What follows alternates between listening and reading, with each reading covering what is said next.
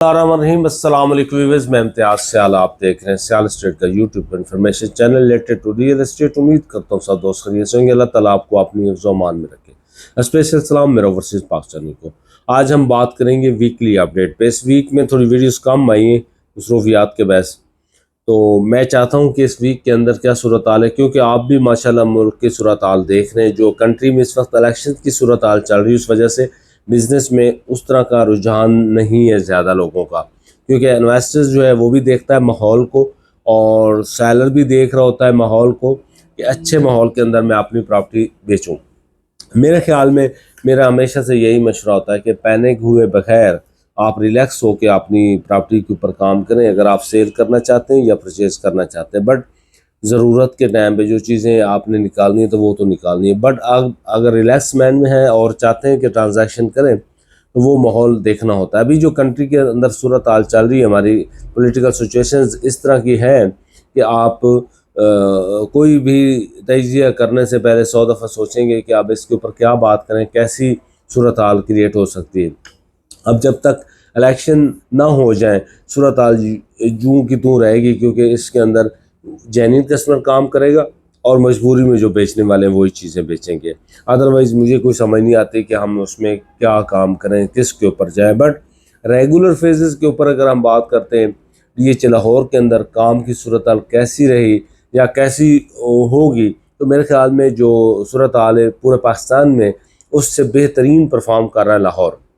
उसकी रीज़न ये है कि लाहौर के अंदर मैच्योर इन्वेस्टमेंट है, और जो ऑलरेडी लोग रह रहे हैं जिन फेजेस के अंदर, उन्हीं के बेस के ऊपर, उन्हीं के एक्सपीरियंस के बेस के ऊपर जेन्युइन कस्टमर ही इतना होता है लाहौर के अंदर। आबादी के हिसाब से अगर देखें तो लाहौर में मार्केट चलती रहती है, यानी कि अगर ट्रांजैक्शन लगाए तो 25 से 30 की ब्रैकेट में ट्रांजैक्शन चल रही है DHA के अंदर डेली बेसिस पे, तो मेरे ख्याल में ये भी बुरा नहीं है। लेकिन हम देखते हैं कि इसके अंदर बेहतरी कब आएगी, तो बेहतरी इलेक्शन के बाद ही आ सकती है। बेहतरी इलेक्शन से पहले इसमें कोई नई मूवमेंट नहीं आएगी।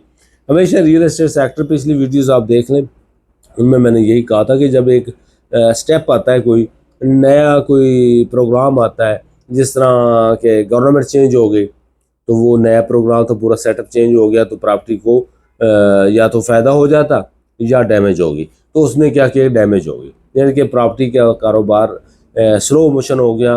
कहीं पे बहुत ज़्यादा क्वेश्चंस आई, काफ़ी लोगों को नुकसान हुआ, कुछ लोगों ने जो पहले फ़ायदा उठाया था वो भी उनका चला गया। पर अभी क्या सूरत हाल है, गवर्नमेंट आएगी तो मैं समझता हूँ जो बेसिक बात कहने वाली है कि कोई लोग ये सोचते हैं कि पता नहीं प्रॉपर्टी को क्या हो जाएगा। मैं समझता हूँ इससे बुरी हालत नहीं होगी प्रॉपर्टी की। आप समझते हैं कि इलेक्शन के बाद मार्केट बेहतर होगी, तो मेरे ख्याल में मेरा वोट भी है कि मार्केट इलेक्शन के बाद, नई गवर्नमेंट के सेटअप के बाद बेहतर होगी। उसकी रीज़न ये है कि बाकी सेक्टर्स में देख लिया, जो 16 महीने गवर्नमेंट रही है उन्होंने देख लिया कि किस सेक्टर को पाबंद करके, इसके ऊपर ज़बरदस्ती करके, टैक्सेस थोप कर इसको नहीं चलाया जा सकता। और अगर इसको सौतेली माँ जैसे इसके साथ सलूक करेंगे तो रियल एस्टेट सेक्टर तबाह होगा और रेवेन्यू जनरेट नहीं होगा। मेरी गवर्नमेंट से अपील होगी, जो कमिंग सून गवर्नमेंट आ रही है, नई गवर्नमेंट जो आएगी इलेक्शन के बाद, कि आप रियल एस्टेट सेक्टर को रिलीफ दें। रिलीफ देने का मतलब ये कि जो लोग पैसे रोक के बैठे होते हैं, जो इन्वेस्ट नहीं करते, पैसे निकालते ही नहीं बाहर, वो रूलिंग में आ जाएंगे, और वो रनिंग में जब आएंगे तो काफ़ी इंडस्ट्रीज चलेंगी, कारोबार चलेगा। अब लोग काफ़ी सवाल करते हैं कि इंडस्ट्री नहीं लगती पाकिस्तान में, जॉब क्रिएट नहीं होती, और ये ज़मीनों में पैसा लगता रहता है। मैं समझता हूँ कि पिछले 20 साल जो गुजरे, इनमें इंडस्ट्री लगी ही नहीं है। जब इंडस्ट्री नहीं लगी तो जॉब क्रिएट नहीं हुई, बेरोज़गारी बढ़ी है। गवर्नमेंट सेक्टर के पास इतनी कैपेसिटी नहीं है कि वो जॉब इतनी अफोर्ड करता है कि वो दे सके लोगों को।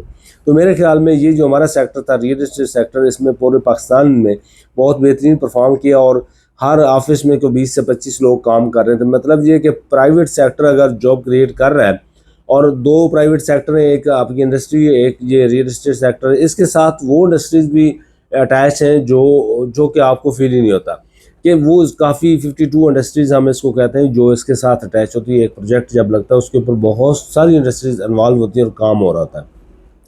मेरे ख्याल में गवर्नमेंट को इसको काफ़ी अच्छा रिलीफ देना होगा, जो फ़ौरन इंटीमेटे की तरह आपके ऊपर असरअंदाज होगा, और इसका रेवेन्यू जनरेट होगा कि आपका जो बजट की सारा चल रहा होता है, जो मामलात चल रहे होते हैं, तो ये आप काफ़ी हद तक कवर कर सकते हैं अगर आप जाएं प्रॉपर थ्रू कि इसको इंडस्ट्री का दर्जा दें, रिलैक्सेशन दें और कुछ बेनिफिट्स दें, ताकि ये इंडस्ट्री जो है वो ऊपर जाए और लोग इसमें या तो हो कि हमारे पास हाउसेज एक्स्ट्रा हो गए, हमारे पास ये प्रोजेक्ट करने की हमें ज़रूरत नहीं। हाँ, एक चीज़ का पाबंद करें आप कि आप जो ओपन लैंड के ऊपर चलते जा रहे हैं उसकी बजाय आप हाई राइज बिल्डिंग का ट्रेंड दें और पाबंद करें लोगों को, सोसाइटीज़ को, डेवलपर्स को कि आप हाई राइज बिल्डिंग के अंदर जाएं, वहाँ पे ज़्यादा लोग, कम जगह पे ज़्यादा लोग रह सकते हैं। और ये ट्रेंड आए कि हमारे पास जिस तरह दुबई में या बाहर हम देखते हैं कि इतनी बड़ी हाई हाइट्स होती हैं, उसके अंदर लोग रह रहे होते हैं और